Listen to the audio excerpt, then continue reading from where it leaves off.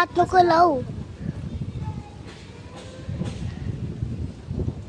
लावलंस का? आई मला एक ओमला शाळेतून आणलंय. आता आम्हाला पूजेसाठी फुलं घेऊन जायचेत. तर ओम बोलत होता मी तोडता आई, तर त्याचं उड्या मारायचं चालू. येतात का हाताला आता तुझ्या? नाही येत ना? दोनच आले ना. मी तोडते बेटा आता. उड्या मारून घे चालू आहे. तर आज घटस्थापना आहे, त्यासाठी म्हटलं फुलं घेऊन जाऊया.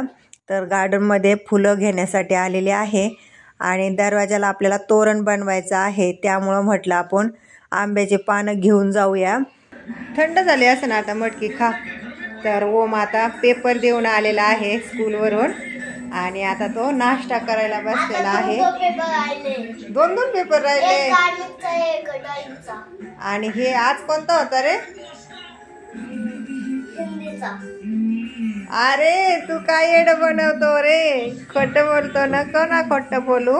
तू कशाचा पेपर लिहिला? मॅथ. तर ओमला मॅथचा पेपर खूप सोपा गेलेला आहे, तो बोलत होता. आता बसलाय. चांगला गेला ना. आता नाश्ता करतोय आणि इकडं कार्टून चालू आहे पाहायचं. आणि आता ओम मोबाईल बघत नाही, टीव्ही वरती कार्टून बघतो है ना. सर्व यूट्यूब फॅमिलीला नवरात्रीच्या खूप खूप शुभेच्छा. हाय हॅलो नमस्कार सर्व गोडताईंना, दादांना, काकांना आणि छोट्या छोट्या चिमुकल्यांना मी रुक्मिणी अगदी मनापासून स्वागत करीत आहे.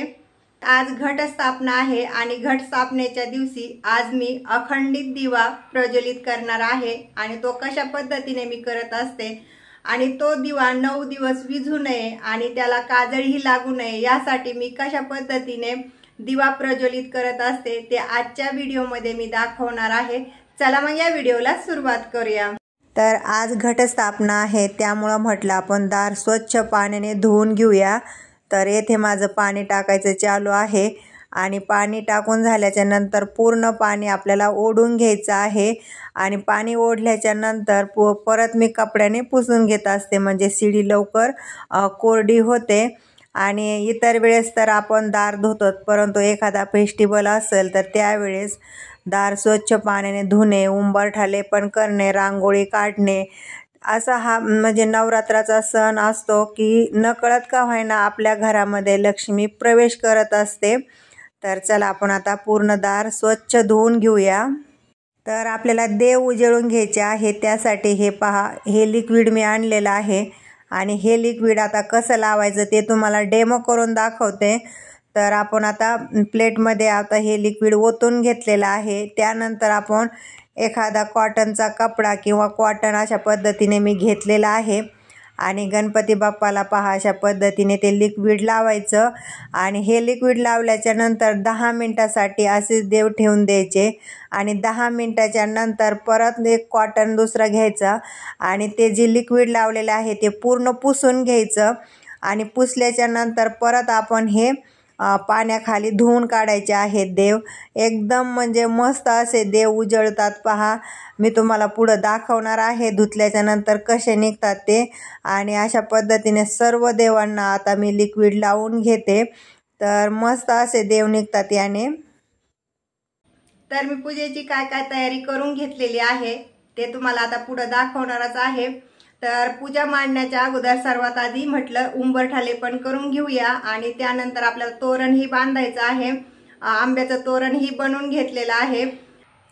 आज आपण अखंडित दिवा लावणार आहोत. आपण मंदिरामध्येच तो दिवा लावणार आहोत, जिथं हवा लागणार नाही आणि 9 दिवस अखंडित दिवा चालेल आणि तो खंड पडणार नाही मध्ये. त्यामुळं मग आपण जिथं हवा लागणार नाही तिथंच म्हणजे दिवा लावणार आहोत. आणि लहान मुलांपासून दूरच ठेवायचा, कारण की मुलांनी हात लावू नये त्यासाठी खाली ठेवायचा नाही. मंदिरामध्येच मी ठेवणार आहे, म्हणजे तिथं हवाही लागणार नाही आणि दिवाही विझणार नाही आणि काजळी लागणार नाही. त्यासाठी एक टिप्स पण सांगणार आहे, त्यासाठी पूर्ण व्हिडिओ पहा. आवडल्यास लाईक करा. आणि पहिल्या दिवशी व्हाईट कलर आहे साडीचा, म्हणजे आपली माता राणी आजच्या दिवशी व्हाईट कलरची साडी घालतात. त्यामुळं मी ती जुळती आपली थोडीशी व्हाईट कलर आहे थोडसा म्हटलं ह्या साडीवरती, त्यासाठी मग ही साडी घातलेली आहे. म्हणजे एकदमच व्हाईट कलरची माझ्याकडे साडी नाही, एक होती परंतु ती गावाकडेच आहे त्यामुळे इकडे काय आणलेली नाही. तर म्हटलं चला आपण थोडीशी मिळती जुळती आहे तर ही साडी घातलेली आहे. आणि एक पार्सल पण आलेला आहे फ्लिपकार्टवरून नवरात्रीसाठी. म्हटलं आपण एक कलर घालायला होईल त्यामुळे म्हटलं आपण तर त्यासाठी मी नंतर दाखवील तुम्हाला ती साडी कोणती आहे. आणि पहिल्याच वेळेस मी फ्लिपकार्टवरून ऑर्डर केलेली आहे तर त्याचा कपडा कसा निघतो काय माहीत नाही, परंतु आपण खोलल्याच्या नंतर आपल्याला समजेल. तर आपण सर्वात आधी पूजा विजा करून घेऊया आणि त्यानंतर मग तुम्हाला मी साडी दाखवणार आहे लास्टला. तर चला आपण आता सर्वात आधी उंबरठा पण करून घेऊया. हळद अतिशय पवित्र मानली जाते, म्हणून घराच्या उंबरठ्यावरती हळदीचं लेपन केल्याने घरातील नकारात्मक शक्ती निघून जाते आणि पॉझिटिव्ह एनर्जी राहते. ज्योतिषशास्त्रानुसार घराचा उंबरठा हा ग्रहाचा केंद्रबिंदू मानला जातो, म्हणून असेही मानले जाते की उंबरठ्याचे लेपन केल्याने घरातील वास्तुग्रह दोष दूर होतात. ज्योतिषशास्त्रानुसार घराचा उंबरठा हा राहूशी संबंधित मानला जातो, म्हणून उंबरठ्यावरती हळदीचं लेपन केल्याने दुष्परिणाम घरामध्ये होत नाही आणि घरामध्ये एकदम सुख शांती समृद्धी नांदते. घराच्या मुख्य दरवाजाशी श्री गणेशा किंवा पुत्र शुभ लाभ स्थापित केले जाते, त्यामुळे उंबरठ्यावरती हळदीचं लेपन केल्याने घरामध्ये सर्व शुभ कार्य होतात. उंबरठा लेपन करून झाल्याच्या नंतर आपण सुपारीच्या साह्याने डिझाईन कशा पद्धतीने बनवायची तेही तुम्हाला दाखवणार आहे. इथून पुढचे जेवढे व्हिडिओ येणार आहेत तेवढ्या व्हिडिओमध्ये वेगवेगळ्या पद्धतीने मी सुपारीच्या साह्याने डिझाईन बनवून दाखवी जाणार आहे, त्यासाठी पूर्ण व्हिडिओ पाहत जा.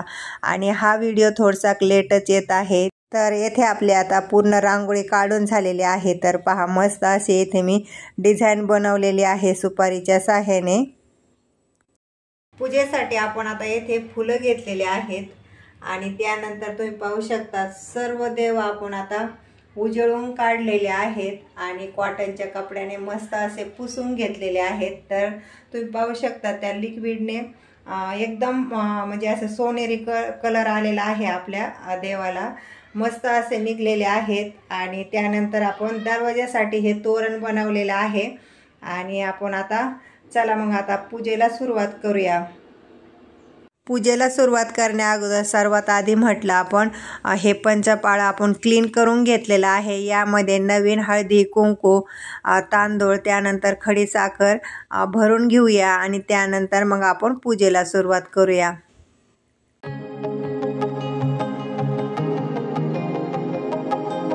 तर ही हळद मी फक्त पूजेसाठीच यूज करत असते, उंबरठा लेपन आणि देवासाठी लावण्यासाठी हळद. तर या पंचपाळ्यामध्ये आपण हळदी कुंकू साखर आणि त्यानंतर तांदूळ भरून ठेवलेले आहेत आणि जसं लागेल तसं मी हळद आणि कुंकू भरून ठेवत असते. आणि गणपतीच्या टायमालाही आपण म्हणजे पंचपाळं क्लीन करून घेतलेलं होतं. तर सर्व देव आपण उजळून घेतल्याच्या नंतर जे पहिले तांदूळ होते ते पहिले तांदूळ मी पक्ष्यांना टाकून दिलेले आहेत. त्यानंतर आपण आता नवीन तांदूळ घेतलेले आहेत.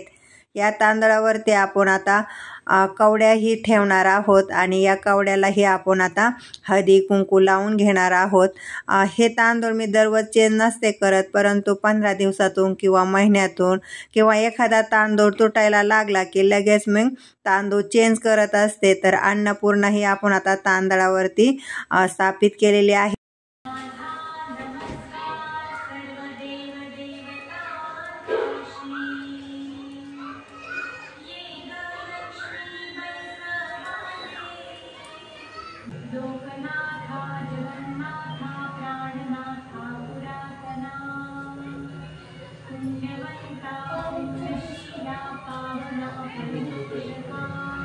आंब्याच्या तोरणला आपण चंदन आणि हळदी कुंकू लावून घेतलेला आहे. तर चला आपण आता दरवाजाला हे तोरण बांधून घेऊया. तर आज घटस्थापना आहे आणि घटस्थापना न करता आज आपण अखंडित दिवा प्रज्वलित करणार आहोत. त्यासाठी येथे आपण तांदूळ घेतलेले आहे. तांदळावरती आपण अष्टकमल काढून घेऊया. अष्टकमल काढल्याच्या नंतर आपण हळदी कुंकू लावून घेऊया. तर अष्टकमल काय व्यवस्थित आपलं दिसत नाही, परंतु आता मी काढलेला आहे त्यावरती हळदी कुंकूही लावलेला आहे. येथे मी मोठा दिवा घेतलेला आहे मोठ्या दिव्यामध्ये जास्त तेल भरलेलं आहे आणि यामध्ये जी वात बनवलेली आहे ती डबल वात करून घेतलेली आहे आणि त्यानंतर मग ती वात आपण दिव्यामध्ये घातलेली आहे. म्हणजे 9 दिवस आपला दिवा हा विझला नाही पाहिजे आणि अखंडित हा दिवा हा चालला पाहिजे. तर आपण आता दिव्यालाही फुलं वाहून घेऊया. तर येथे मी गुलाबाचे फुलं आणलेले होते गार्डनमधून, काही झेंडूचे फुलं आणलेले होते. तर सर्व फुलं आपण आता दिव्याला वाहून घेऊया. त्यानंतर आपण आता मंदिरामध्ये हा दिवा ठेवायचा आहे. तर दिवा ठेवल्याच्या नंतर आपण आता दिवा प्रज्वलित करून घेऊया. ज्यावेळेस आपण दिवा प्रज्वलित करत आहोत त्यावेळेस आपण श्लोक म्हणायचे आहेत. ज्यांना श्लोक येत असतील त्यांनी श्लोक म्हणायचे आहेत. तर येथे मी आता 2 दिवे लावून घेतलेले आहेत. जो रेग्युलर दिवा आहे तोही लावून घेतलेला आहे आणि अखंडित दिवाही आपण आता येथे लावून घेतलेला आहे. तर अशा पद्धतीने मी अखंडित दिवा प्रज्वलित करत असते आणि 9 दिवस या दिव्याची म्हणजे दिवा न विझता त्याची पूजाही करायची आहे आणि सर्व घरामधले जे देव आहेत त्या देवाचीही पूजा करायची आहे. दररोज फुलं व्हायचे आहेत. दररोज तिथं आपण पाणीही वेगळं ठेवायचं आहे. तर चला मी कशा पद्धतीने पूजा करत आहे ते थोडंसं तुम्हाला दाखवते.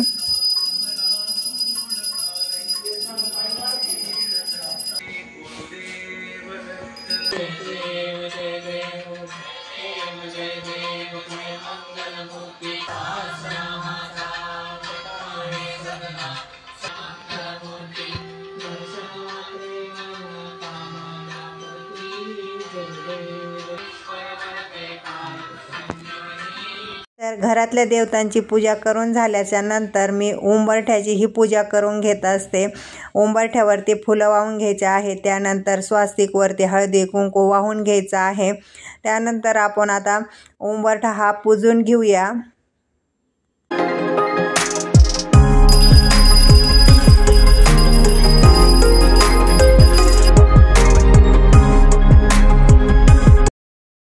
मध्ये घालण्यासाठी फ्लिपकार्टवरून पहिल्याच वेळेस ऑर्डर केलेली आहे. कपडा कसा आहे ते पाहूया आपण. फ्लिपकार्ट नाही, फ्लिपकार्ट असे होय. आपली सेमच बोलले रे वो. क्लिअर नाही बोलली. इथून क्लिअर नाही. तर चला मग आपण आता खोलून पाहूया कपडा कसा निघतोय. आणि एकदम फेमस आहे ही साडी. फेमस नाही बोलताय. काय रे हे? काय झालं? तुला नाही आवडली? तर हा कपडा बाहेरून एवढा चांगला दिसत नव्हता, परंतु कपडा एकदम सॉफ्ट आहे आणि घातल्याच्या नंतर एकदम असं म्हणजे चोपून चापून बसत. आणि आंबा कलर आहे. वेगळंच आहे बरं का त्या साडी वणी काही. आणि हे पदर कसा दिसतो याच्यामध्ये. खोलू का आता काय साडी खोलूनच बघ. मग रिटर्न देतो. काय खराब निघलं? प्लेनच आहे पूर्ण. पदरला थोडस डिझाईन आहे. पर्पल असंच घ्यायचं ना, पर्पल वालं. छान आहे. हा वजन नाही साडीला आणि एकदम चोपून बसत. आणि बॉर्डर बी छान आहे, मोठी बॉर्डर आहे. आईला छान दिसते का सांग बल? दिसते साडी. माझ्या ओमला नाही आवडली.